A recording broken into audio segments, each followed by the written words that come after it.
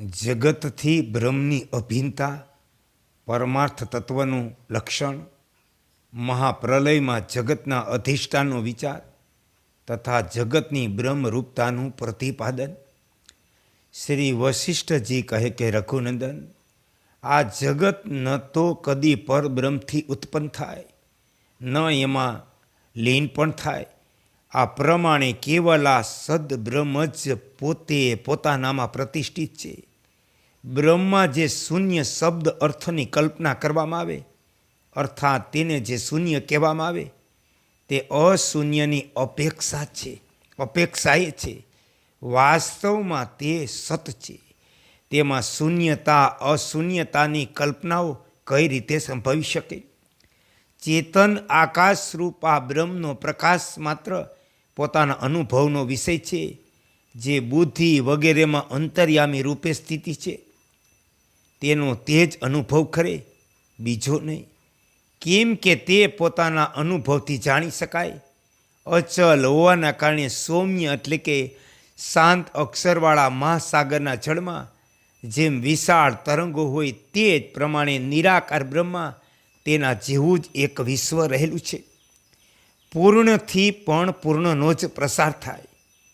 જે પૂર્ણમાં સ્થિત છે તે પૂર્ણ છે.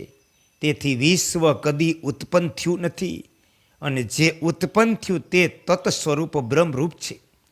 તે પરમાણુથી પણ વધારે સૂક્ષ્મ, અત્યંત અણુથી પણ વધારે અણુ, પરમ શુદ્ધ, સૂક્ષ્મ, શાંત અને આકાશના મધ્ય ભાગથી પણ વિશેષ નિર્મળ છે. દિશા, કાલ અને પરિણામથી એનું સ્વરૂપ સીમિત નથી. તેથી તે અત્યંત વિસ્તૃત છે. તેનો આદિ અંત નથી. તે સ્વયં પ્રકાશરૂપ છે. બીજા કોઈ પણ પ્રકાશથી પ્રકાશિત થવા યોગ્ય નથી. શ્રી રામે પૂછ્યું કે ભગવાન, અનંત ચેતન સ્વરૂપ તે પરમાત્મા તત્વનું રૂપ કેવું છે? આ વિષયને તમે ફરી મને કહો, જેથી તેનું યથાર્થ જ્ઞાન મને થઈ જાય.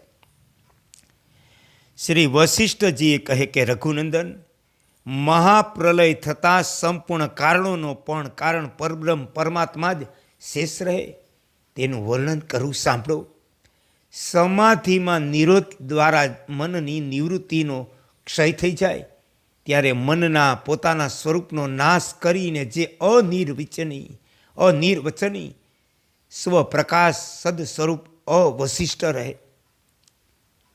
તે અનંત ચિન્મય પરમાર્થ વસ્તુનું રૂપ છે. જ્યારે દસ્ય જગત રહેતું નથી, દસ્યના અભાવમાં દ્રષ્ટા પણ વિલીન થઈ ગયા જેવો પ્રતીત થાય, તે સમયે જે દ્રષ્ટા, દર્શન, દસ્ય આ ત્રિપુટીના લયનો પ્રકાશક સાક્ષી રૂપે બાકી રહે, તે ચિન્મય બ્રહ્મ છે. તે પરમાર્થ વસ્તુનું રૂપ છે. આકાશનું જે રહસ્ય એટલે કે વ્યાપકત્વ છે, શિલાનું જે તાત્વિક રૂપ ધનત્વ છે, વાયુનું જે ગૂઢ રૂપ અંદર બહાર સર્વત્ર પરિપૂર્ણ થવું છે, તે દસ્ય રહિત ચેતન આકાશ સ્વરૂપ પરમાત્માનું સ્વરૂપ છે.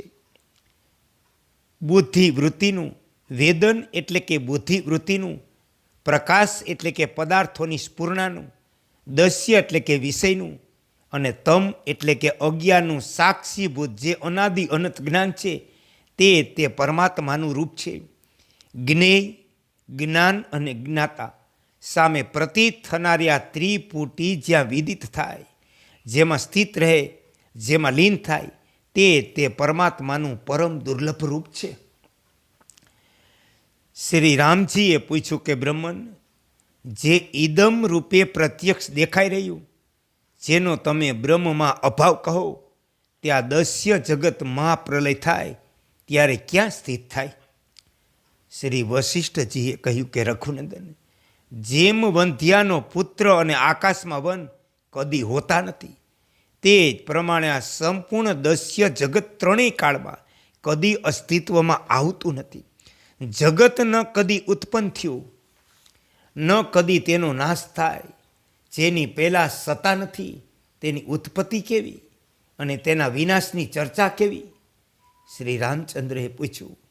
વંધ્યાના પુત્રને આકાશ વૃક્ષની કલ્પના તો કરવામાં આવે, તે કલ્પના જેમ ઉત્પત્તિ અને વિનાશ યુગ છે, તે જ પ્રમાણે આ જગત પણ જન્મ અને નાશથી યુક્ત કેમ નહીં હોય? શ્રી વશિષ્ઠએ કહ્યું, જેમ સોનાના કડામાં સુસ્પષ્ટ દેખાતું આ કડાપણું વાસ્તવમાં છે નહીં, સોનું જ તેના રૂપમાં ભાસે, તે જ પ્રમાણે પરબ્રહ્મ પરમાત્મામાં જગત નામની કોઈ વસ્તુ નથી. જેને આપણે જગત કહીએ છીએ તે બ્રહ્મ છે. જેમ આકાશમાં જે શૂન્યતા છે તે આકાશથી અલગ નથી, તે જ પ્રમાણે બ્રહ્મમાં પ્રત્યક્ષ દેખાતું હોવા છતાં આ જગત તેનાથી અલગ નથી. જેમ કાળાશ કાજળથી અલગ નથી, જેમ શીતળતા બરફથી અલગ નથી, તે જ પ્રમાણે પરમપદ પરમાત્મામાં અલગ પ્રતીત થનારું જગત નથી. જેમ શીતળતા ચંદ્રમાથી બરફથી અલગ હોતી નથી, તે જ પ્રમાણે આ સૃષ્ટિ બ્રહ્મથી અલગ નથી. જેમ મરુભૂમિમાં પ્રતીત થનારી મૃગ તૃષ્ણાની નદીમાં જળ હોતું નથી, જે નેત્ર દોષથી પ્રતીત થનારા બીજા ચંદ્રમામાં ચંદ્રત્વ નથી, તે જ પ્રમાણે નિર્મળ પરમાત્મામાં પ્રત્યક્ષ દેખાવા છતાં પણ જગત નામની કોઈ વસ્તુ નથી.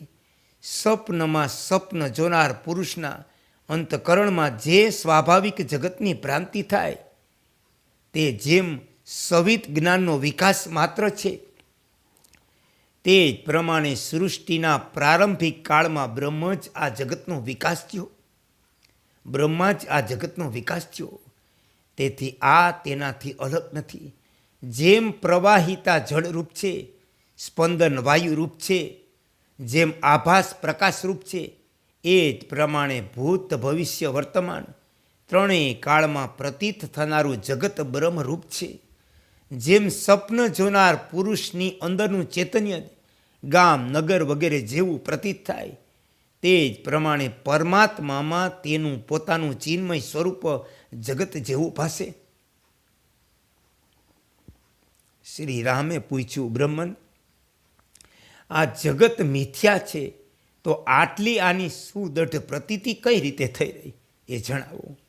શ્રી વશિષ્ઠએ કહ્યું, રામ, આ જગત સર્વાત્મક બ્રહ્મમય છે, બ્રહ્મથી અલગ કદાપી નથી. જગત રૂપે જે આની પ્રતીતિ થાય તે બધી રીતે અસત છે. એક રઘુનંદન, આ પ્રસિદ્ધ પરમાત્મા એક છે, તેના વિશે બીજો થવાની કોઈ કલ્પના નથી.